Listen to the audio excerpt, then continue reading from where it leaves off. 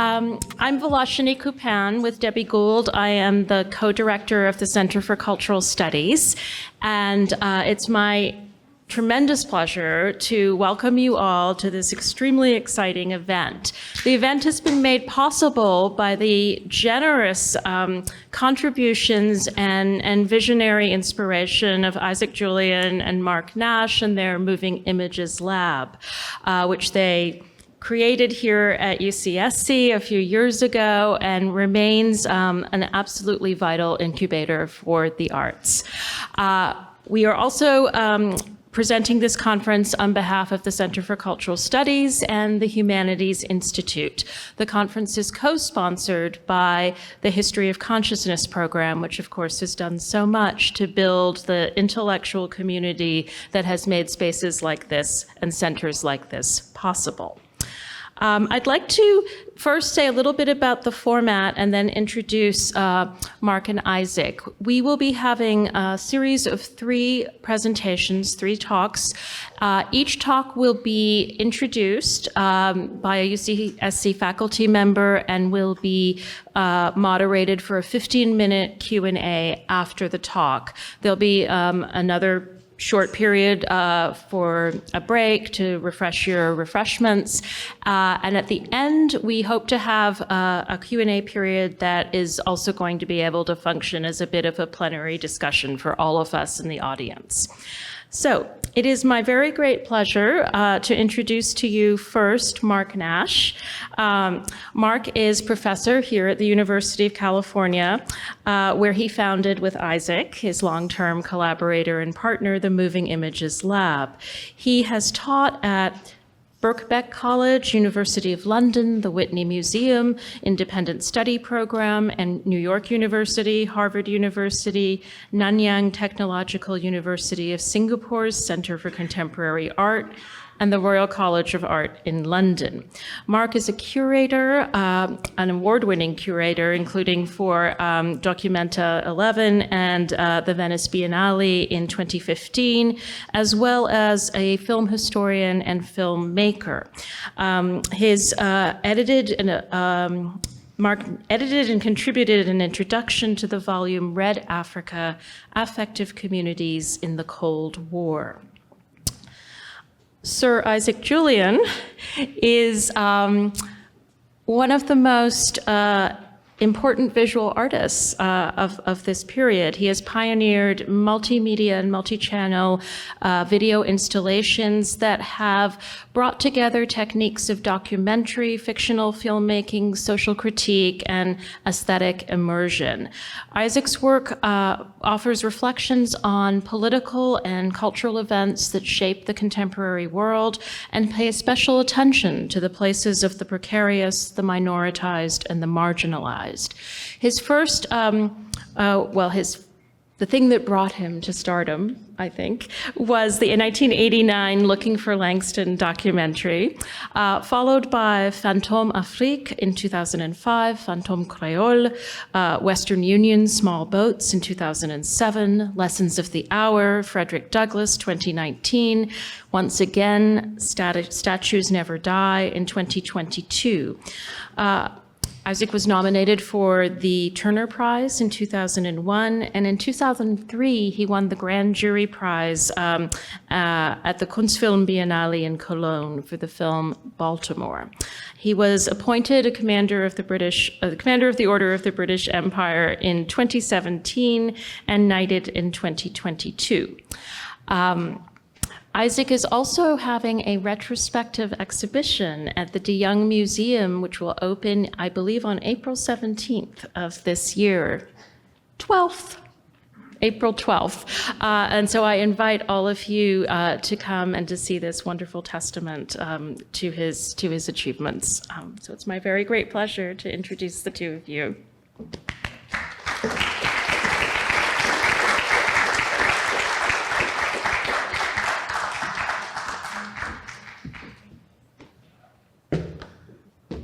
Welcome, everybody. We're so happy to have everybody here, and especially our esteemed guests. When we first thought of inviting poor Ron and Iain to visit us in Santa Cruz, Joe Biden was still the US president. And Trump was a cloud on the horizon, but he has not begun to cast his dark shadow that we all are now living under.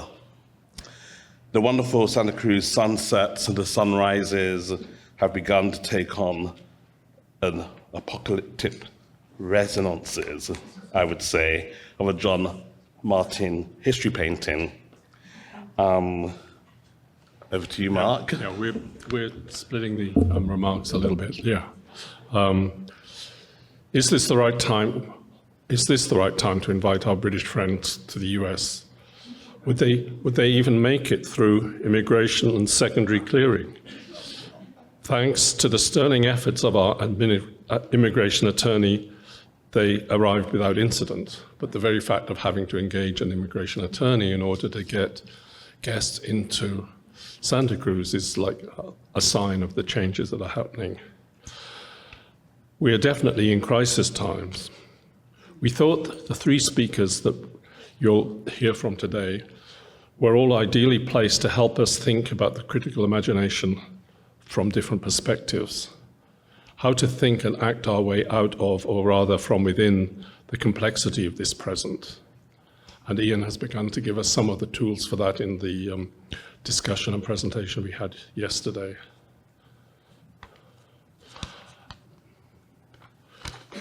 Sorry. Yeah, so the format of this event is as follows.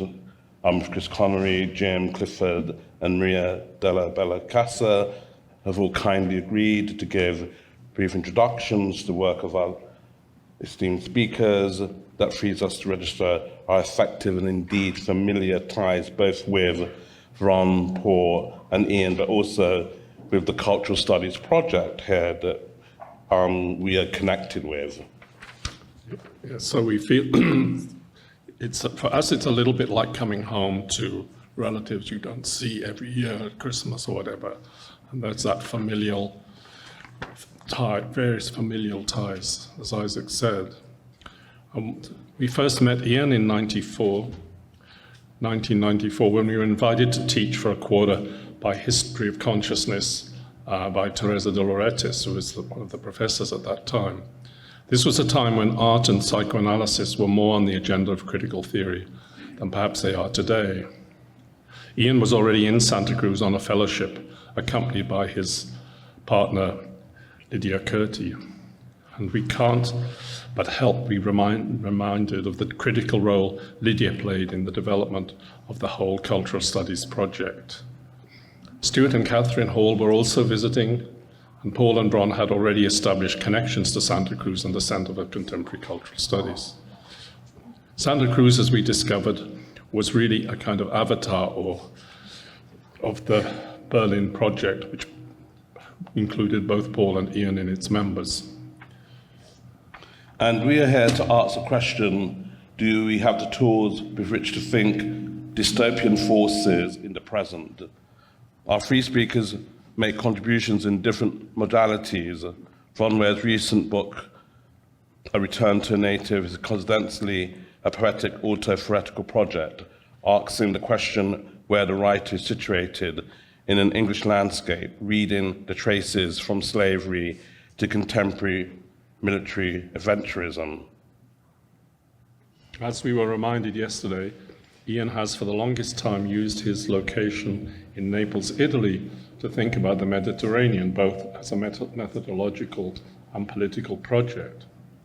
And Paul's work has accompanied us for much of our adult creative lives, from his contribution to the art magazine ZG, its many writings on music and culture, all teasing the ties that underline the various forms of racial capital.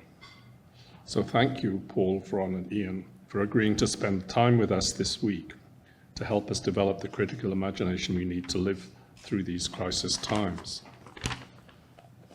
On the back, we were just going to say. So finally, we're particularly grateful to the faculty, to administrators who assisted us in obtaining a grant to advance arts pedagogy from the Mellon Foundation, and in particular the Humanities Institute, Irina, Laura, Relashnia, who have all worked with us to realize this coming together. Thank you so much. We're very grateful. Thank you.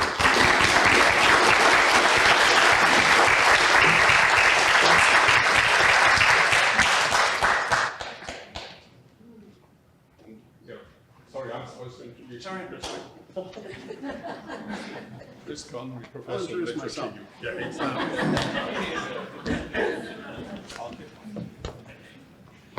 I wanted to continue in the thank you mode a little bit, and that's really to express deep thanks on behalf of the faculty, colleagues, graduate students, members of our community, to Mark and Isaac for what they've brought to the campus over the last many years. I mean, they haven't been here that long, but they've been really important presences, bridging between theoretical work and artistic work, engaging undergraduate and graduate students in the creative project, involved in curatorship all around the state. I mean, it's been a very impressive and very generous presence that's given quite a lot to us, and I want to thank you both for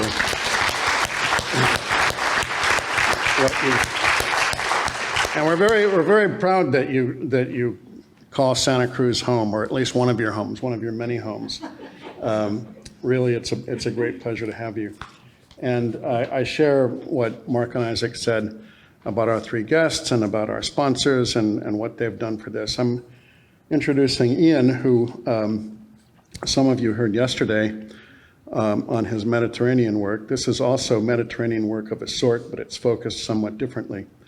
Iain's a writer and an independent scholar. He always wants me to say that before mentioning that he had an academic career, and he doesn't always emphasize, but his academic career at, which was largely at the Istituto Orientale in Naples, and there are several of Iain and Lydia's PhD students who are here today who now have faculty positions at Berkeley, Santa Barbara, University of San Francisco, and elsewhere, and thank you all for coming.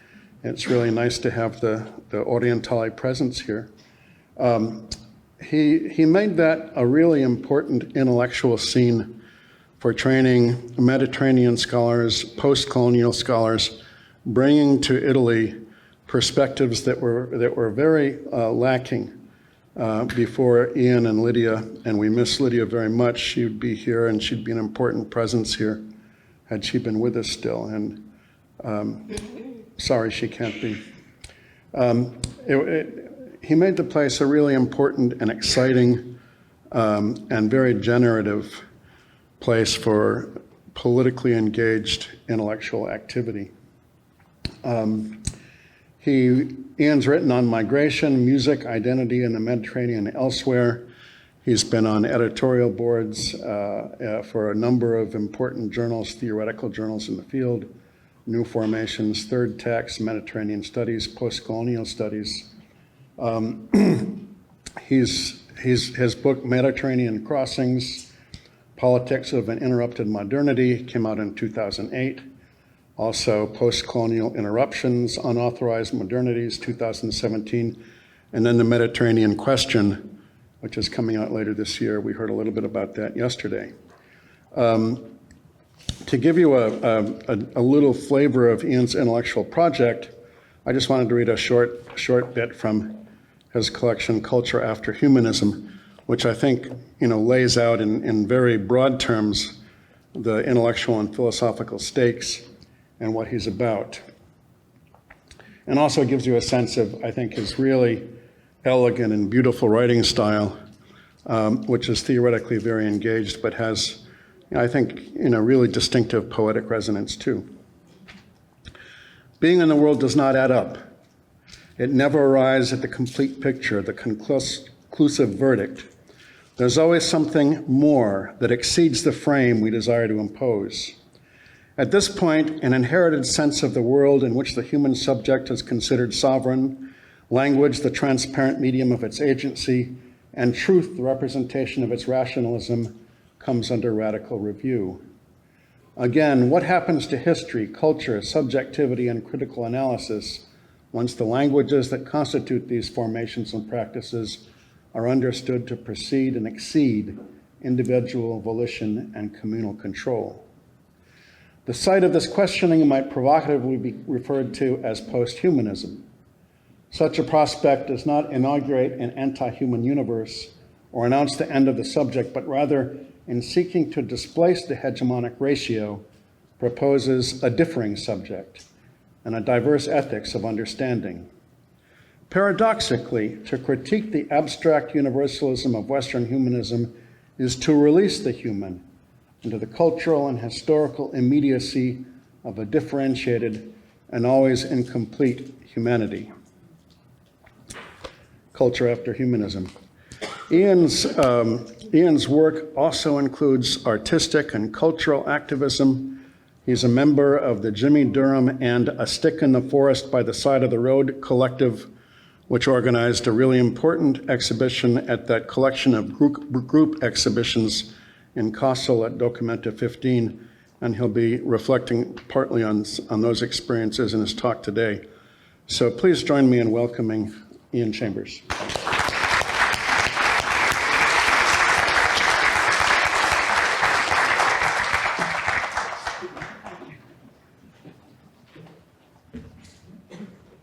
John, I need your help.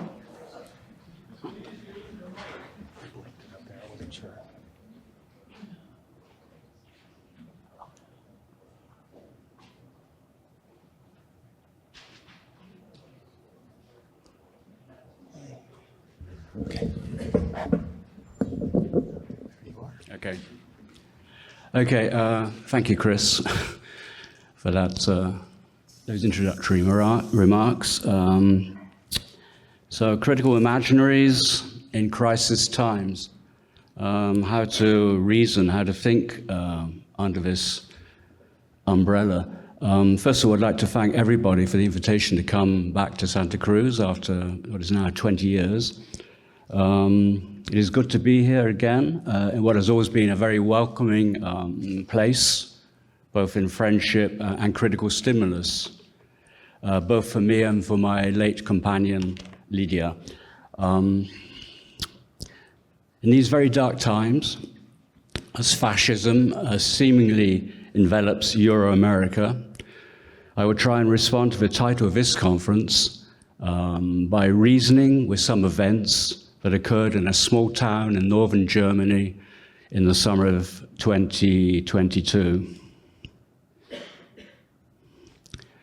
Documenta, along with the Venice Biennale, is one of the major events in the contemporary art world. It takes place every 5 years. I'm going to say a few words about how the storm that blew up during the 100 days of Documenta in 2022, Documenta 15, apparently swirling around accusations of anti-Semitism, revealed the far deeper sediments and sentiments of the coloniality of power and the limits of Occidental lexicon, both aesthetically and ethically, both poetically and politically. The guiding concept was introduced by those responsible for putting together Documenta, a collective from Jakarta, from Indonesia, Rumgrupa, and the guiding concept of the collective was that what they called a lumbung, which is basically the rice barn in a village in Indonesia where the rice is collectivized and then distributed in a collective fashion.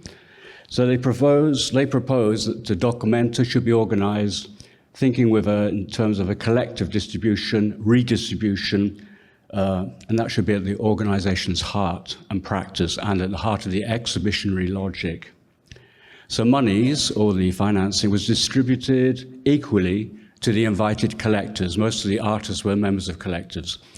And the monies were to be managed autonomously. Each collective had their own budget, it was all divided equally, and each collective decided how they wanted to spend it. This produced a network stretching out to involve more than 1,500 participants, of whom the vast majority did not come from Europe nor North America. Discussion, debate, decisions were made in assemblies, both small and large, are accompanied by Maidan, which in Urdu, Ukrainian, Farsi, and Arabic refer to an accessible and shared space, or a piazza, or a agora, for a public coming together in conversations and exchange. A sort of horizontal, rhizomatic structure without a single center of control ensued. So Document 15 proposed an alternative agenda to the usual logic of exhibitions, of art exhibitions, and of international shows, and involved a collective organization and distribution of resources that insisted on processes rather than products. If this left curators and gallerists disoriented and asking, where is the art? It simultaneously popped a Northern Hemisphere bubble. It activated spaces beyond the neoclassical edifice of the Frederiциanum Museum, and it used spaces such as dismissed factories, desacralized church, an office space in the railway station, migrating gardens, areas in the fields and woods of the extensive town park, floating installations on the river, a dance hall in a hotel basement, a road underpass, a tent in a town square. There were works and installations, talks, workshops, especially for kids, drinks, music, food, and dance. There were more than 1,700 events in the 100 days that Documenta was open. It produced a very different set of social relations from the quiet stroll through an art exhibition. You could have a sauna in the street at night.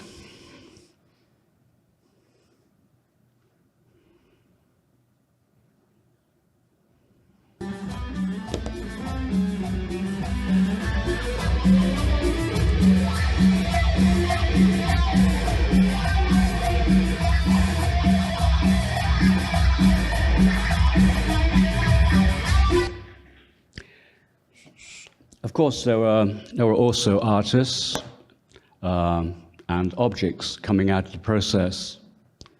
But the premises for evaluation were radically shifted.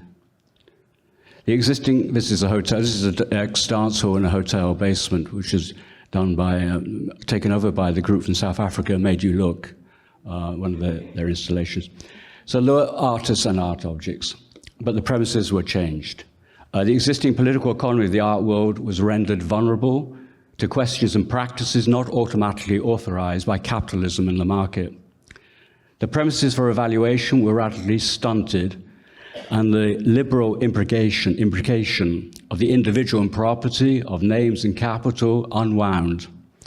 All of this explains the lukewarm, even hostile response of curators and gallerists. This is black quantum futurism on the river in Kassel. There's also black quantum futurism in the underpass under one of the main roads in the city. This is Aboriginal Embassy in one of the main squares in the center of town. This is a Roma group from Bulgaria, from Budapest.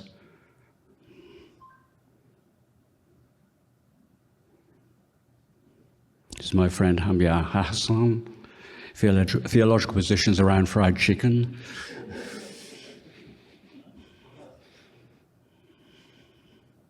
This is where many of our unused or disused or thrown away clothing ends up, in Africa.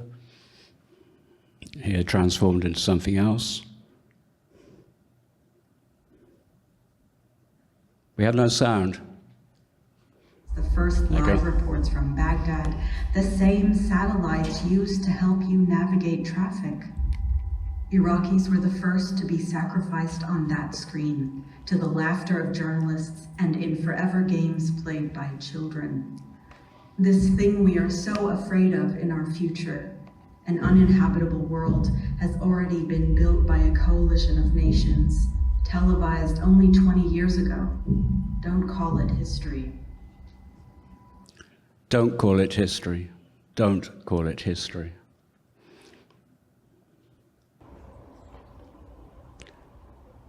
traces of Donna Haraway here.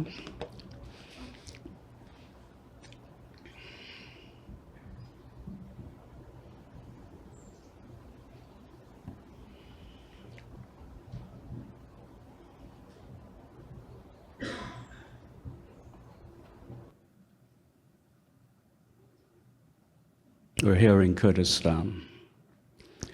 So I was there as a member of the collective, Jimmy Durham, and A Stick in the Forest by the Side of the Road. We were 6 artists, a writer, researcher, and myself.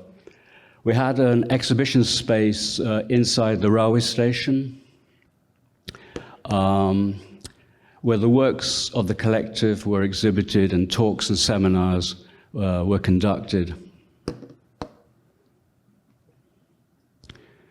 We, as the Jimmy Durham Collective, with individual art objects and recognizable artists, were probably the most traditional collective at Documenta 15. In order to justify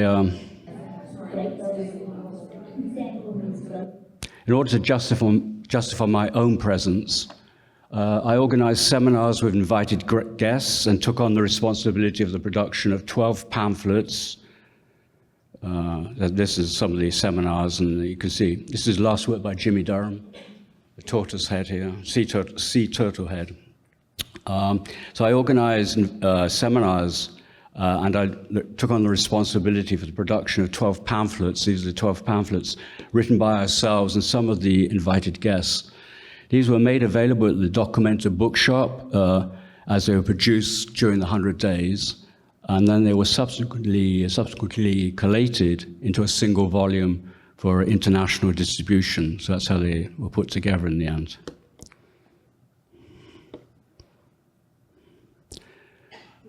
So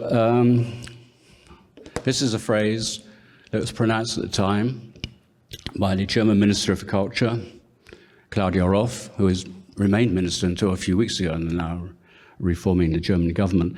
Chaos at Kassel. Okay, so as a curator from Sao Paulo put it, if you invite Caliban, what do you expect?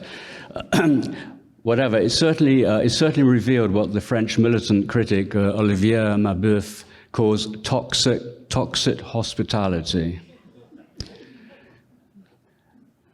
So they sought transparency and shared responsibility of this autonomous self-management, or TAZ, Temporary Autonomous Zone, done by Rundgruppe and all of us involved in Documenta, led to friction with the funding management of Documenta and the political authorization by the local administration and institutional bodies of the German state. As art and aesthetics began to run beyond their expected confines in the public sphere to touch the commons of more comprehensive political processes and concerns, the state apparatuses and their repressive mechanisms became increasingly vocal. Things hurried from identifying the isolated but contextualized ambivalence of an anti-Semitic figure in a collectively painted Indonesian banner protesting Occidental colonialism, to interrogations by the German parliament of Rundgruppe and their conduction of Documenta. Complexities, artistic and critical freedoms were flattened out beneath blanket accusations of attempts on German, but also read European and Western, civilization and identity. Accusations actually began brewing even before the official opening. The presence of the Palestinian collective, the question of funding, caught attention in a country where a recent law, this is 2022, so a recent law outlaws any criticism of the State of Israel, turning support for the Palestinian cause and the peaceful boycott, disinvestment, sanctions, BDS campaign into a federal crime. This is some of the works from the Palestinian collective. I showed some of this yesterday as well. Interesting punctuation, interruption of a certain canon. Subsequently, a caricatural anti-Semitic figure of a Jewish man, Jewish male, reminiscent of a stereotype circulating in Europe in the early 20th century, most notably in Nazi Germany, was identified in one of the satirical banners of the Indonesian collective Tari Padi that depicts the mass violence of Suharto's government in Indonesia in the 1960s. It was withdrawn, the banner was taken down, and led to an apology by the group. It was overlooked that the stereotypical and binary crudity of the comic book image, a dark mirror of the Occidental imaginary, also suggested that perhaps for much of the planet, the capitalist order of modernity has simply meant Western colonialism. As this is the figure you can now see on the right here. Perhaps there's a suggestion of a lock, the bowler hat, with a Waffen-SS symbol on the bowler hat. Says, this was the figure was identified. As Michael Rothberg, proposing multi-directional memory, has argued, referring to this banner, precisely because there is no possibility of having the right response to the complex historical circumstances in Indonesia and the West, both then and now, it opens up the need to talk of art, anti-Semitism, and Israel and Germany, and, as he puts it, in relation to colonialism and other racisms. That discussion was never allowed to take place. It was never allowed to take place. Further accusation of anti-Semitism later arrived from the depiction of an Israeli soldier mistreating a Palestinian child. Well, it never happens, right? The most moral army in the world doesn't do those sort of things. Mistreating a Palestinian child in a comic illustration by the well-known Palestinian artist Nahi Ahali, who was assassinated in London by Mossad in 1987. Finally, in September, this is just weeks before closing Documenta 15, 20 films presented by Subversive Film, that's the name of the collective. They're films that should have been kept in an archive in Tokyo. These films documented Palestinian struggle in the 1960s and 1970s. This led in the final weeks to a call for their withdrawal, owing to that anti-Semitic, I'm quoting now, anti-Semitic and terrorist violence. It led for calls for the creation of a scientific commission to examine all the works of Documenta for anti-Semitism.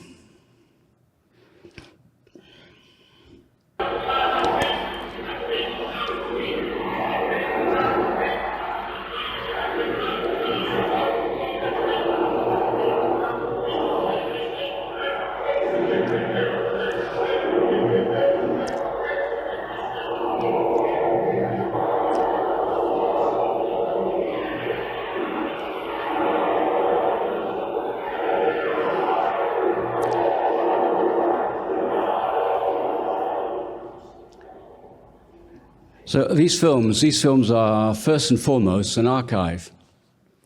No doubt it is an uncomfortable and disturbing one that suggests that Palestinians also have rights, including the right to resist their elimination from the territory and the narrative. The 1960s and 1970s were the years of armed anti-colonial struggle in Cuba, Algeria, Vietnam, South Africa, Angola, Mozambique, Palestine, and many other countries worldwide. Unruly archives overflow the past and reopen history to another telling of time and space.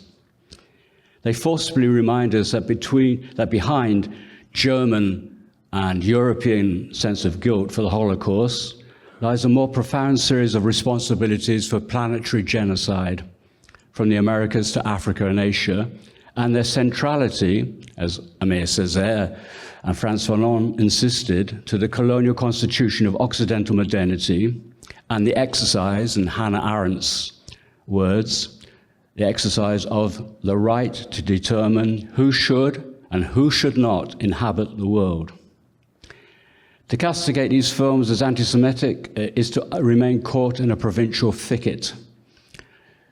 Their images explode that particular telling of time with responsibility for a space-time but is not only ours.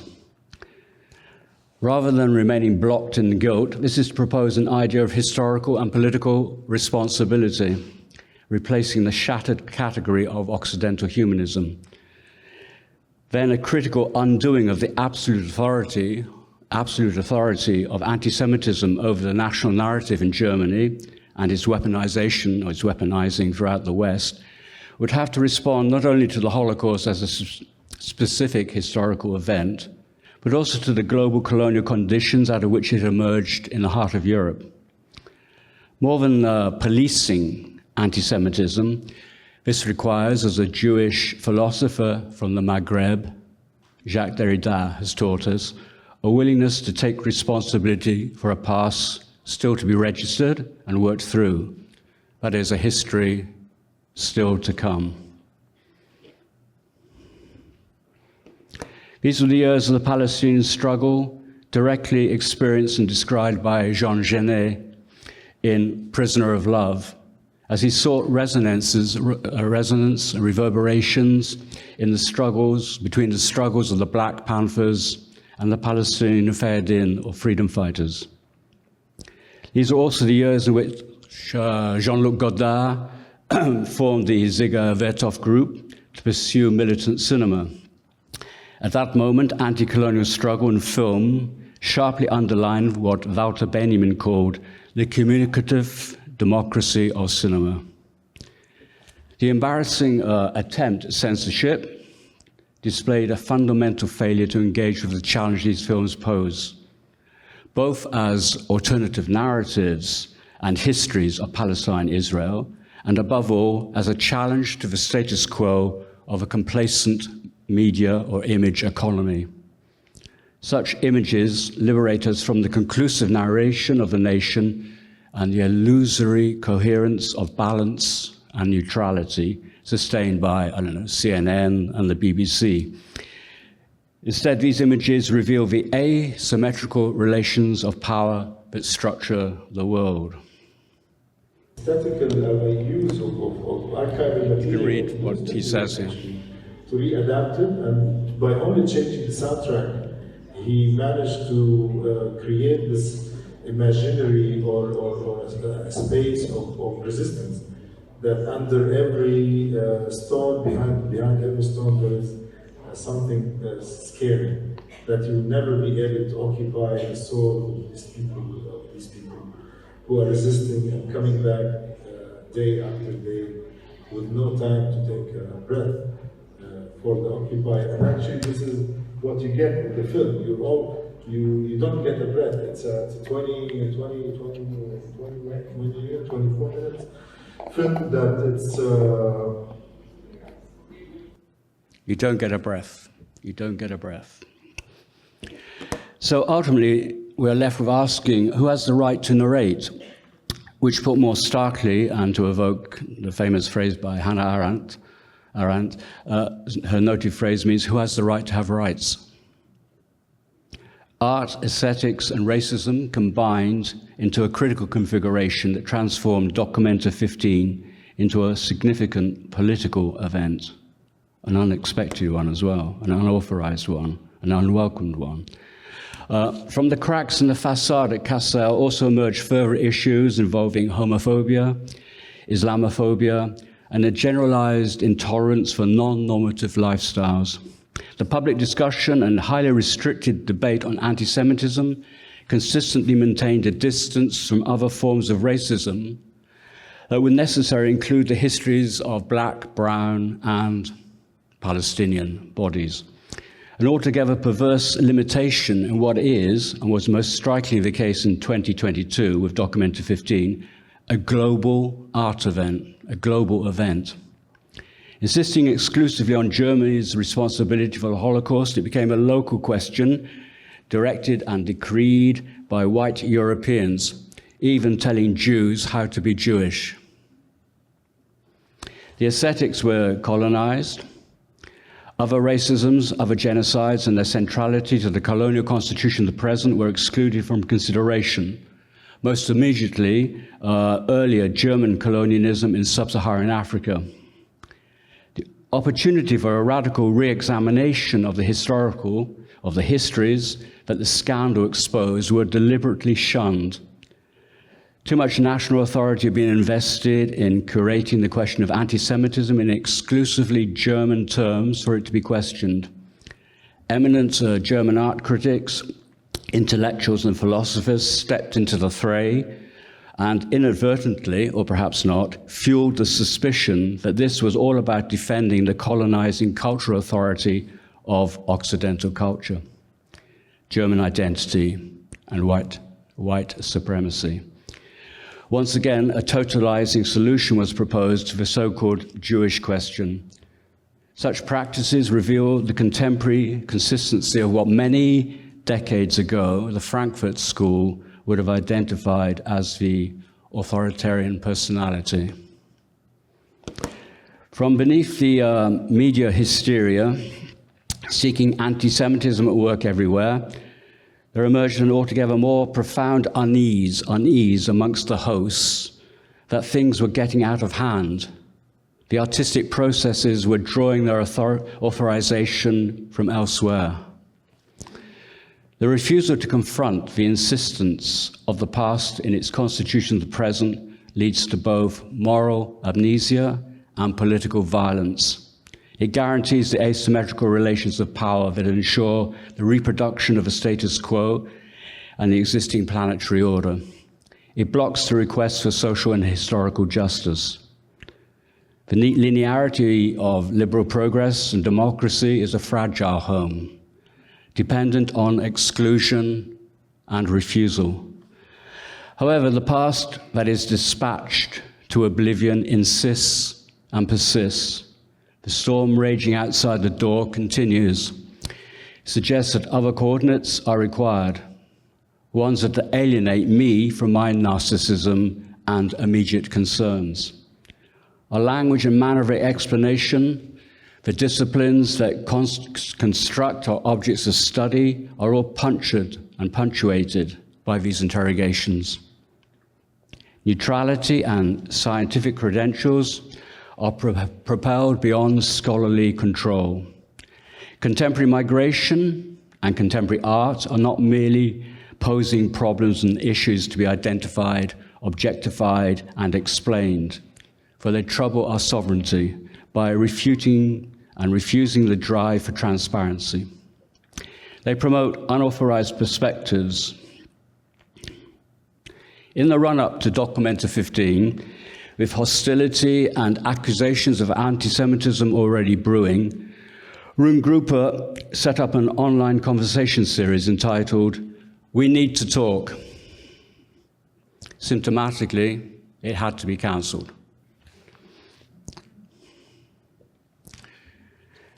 Rendering the world flat as a map, devoid of bodies, histories, cultures, and lives, all reduced to point zero, empty and homogeneous, ready to be filled by progress and Occidental sovereignty. The land is emptied, rendered terra nullius, and readied for its appropriation and capitalization by the prophets of progress and civilization. Indigenous life forms, both human and otherwise, are all subordinated to this imperative, and the rapacious and racial logic that betrays precise historical and philosophical formation. Confronted with intimations of decolonization, the insistence on the colonial constitution of the present becomes increasingly difficult to ignore. As a method of rule and government, this colonization, the coloniality of power, it ensures those with amassed riches the right to rule through the governance of individualized property and its racialized geographies of entitlement. The public uproar over Documenta temporarily brought us to stare into the abyss. And the abyss, as Nietzsche put it, always stares back into you. Hence outrage, anger, fear, and violent responses.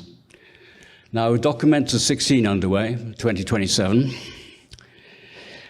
it has officially adopted the International Holocaust Remembrance Alliance of anti-Semitism, which includes criticism of Israel. No criticism of Israel will be allowed.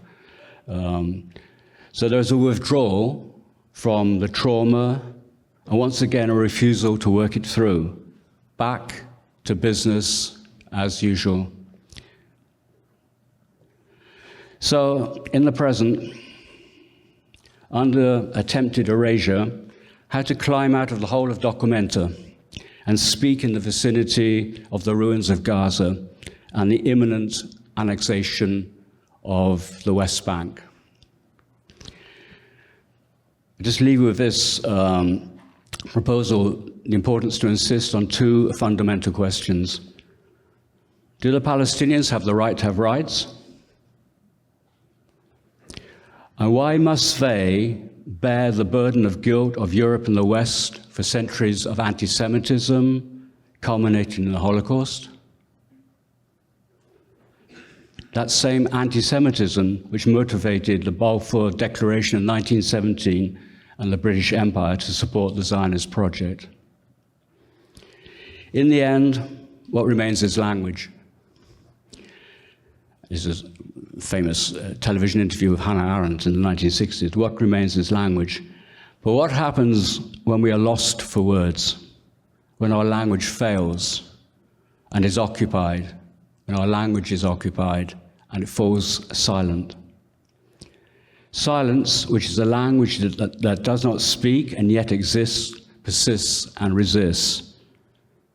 Gaza is the site of the unerasable and abject sight of the refused and expelled colonial detritus. It exposes the constitutive powers of Occidental horror consistently visited on the world. Perhaps Gaza will give us back our language. Perhaps Gaza will give us back our language. Or as the Palestinian writer Dania Shibli, author of A Minor Detail, recently put it to me, Palestine is our teacher. Thank you.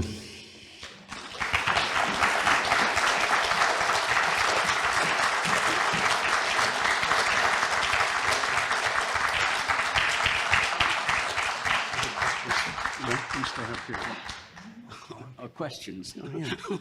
Okay, we have 15 minutes for questions. She wants to sit over there. Okay. And if you could come to the mic when you're asking questions.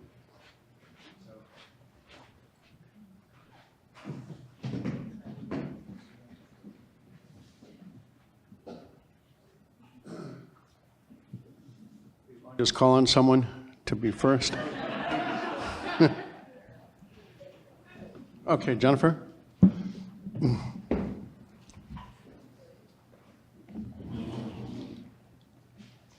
Thanks, Ian. That was great. So I am someone who writes about contemporary art, including the work of Jimmy Durham, and I was really pleased to be able to see some images of that project that you were working on. And what I wanted to ask is, Jimmy Durham was working on a lot of these questions throughout his life too, and ended up eventually leaving the United States to be able to continue certain kinds of practice. And I was thinking about the relationship between intellectual freedom, geographical location, and art practice. Sure.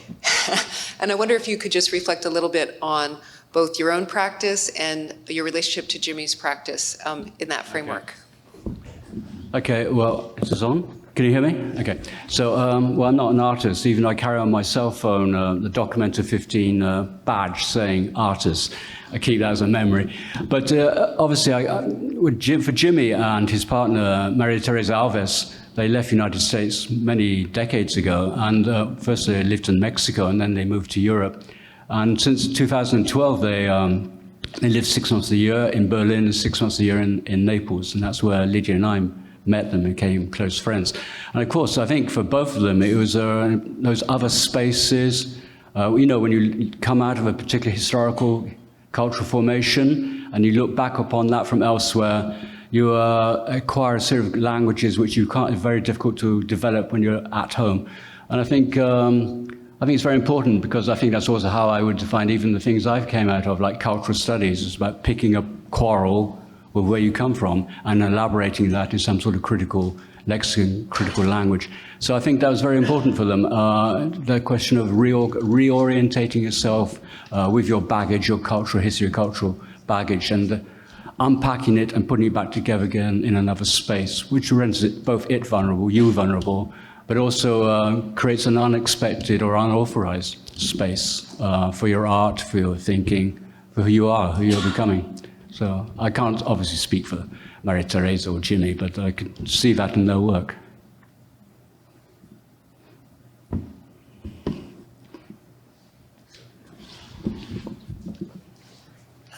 Thank you for that. I wanted to ask you, if I understood correctly, the gist of your presentation is to say, in my terms, the history of the Western world has been frozen, and Israel has been made an ahistorical victim that cannot be blamed for anything. So if that is the case, if this absolutization of the victimhood produced by the Holocaust, Sure.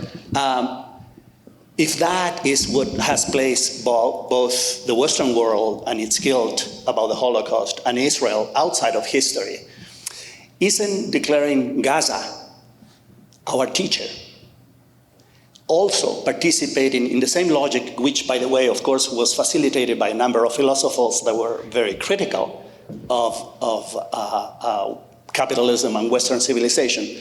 Isn't the placing of Gaza as our teacher also dehistoricizing when we need to deeply historicize the state of Israel, the Jewish people, the Palestinian, Sure. As opposed to make them into ahistorical moral figures that demand a moral reaction, not a political reaction? Well, okay, I don't think I ought to make a distinction between moral and political, but yeah, it is about this. Let's begin from Gaza. Let's begin from this image of this attempt to erase Gaza, which reopens the archives. So it's all about, it's about not less history, but more history. It's about history which is not necessarily authorized by the existing narrative, the existing dominant narrative, which sees in Israel, sees in the West an ongoing progressive force, and these are the unfortunate consequences of carrying forward our understanding of the world and its civilization. So beginning from Gaza, how did Gaza occur? And you have to reopen all the archives, which takes us deep into the different histories, and bring them to play upon the making of Gaza, which means exposing us, our histories, our culture, who we are politically, to this horror that we're perpetuating, that we are perpetuating in the Middle East, which is another construction of the West and so on. So I think it's that, and that's why I think that the Palestinian author is saying, Palestine is our teacher, because it reopens it up. It tears up the maps, reopens and sees what's underneath them, and how the world came to be mapped in a certain way and organized in a certain way through asymmetrical relations of power under the logic of capital. So I think it's about that could be beginning of an archive, this, to begin to think with it.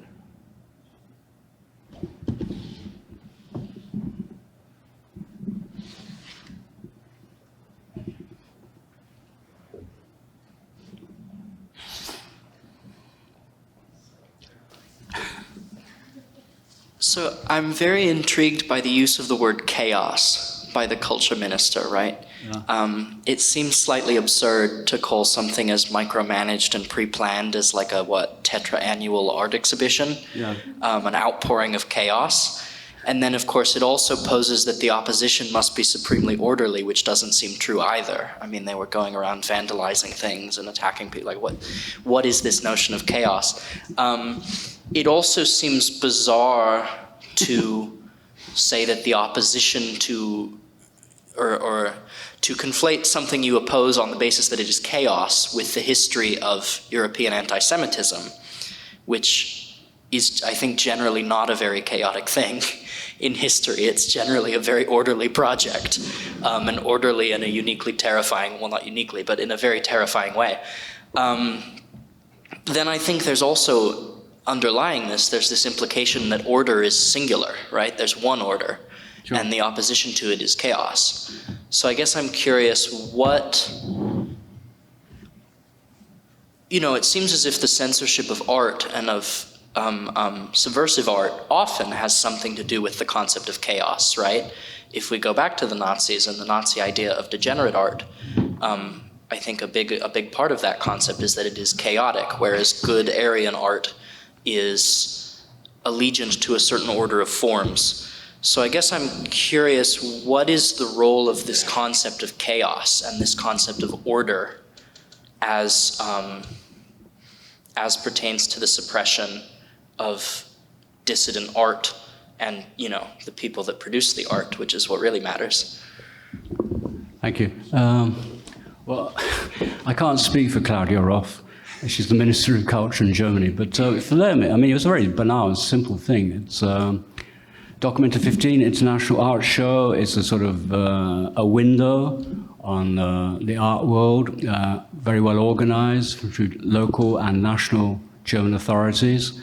And the way we set it up through collective and collectivization of resources was already outside of the usual terms we do an art exhibition or distributing money. There was no major artists, minor artists, or whatever. It's just all equally distributed. It was a form of democratization of the art processes of exhibiting artworks as processes rather than products.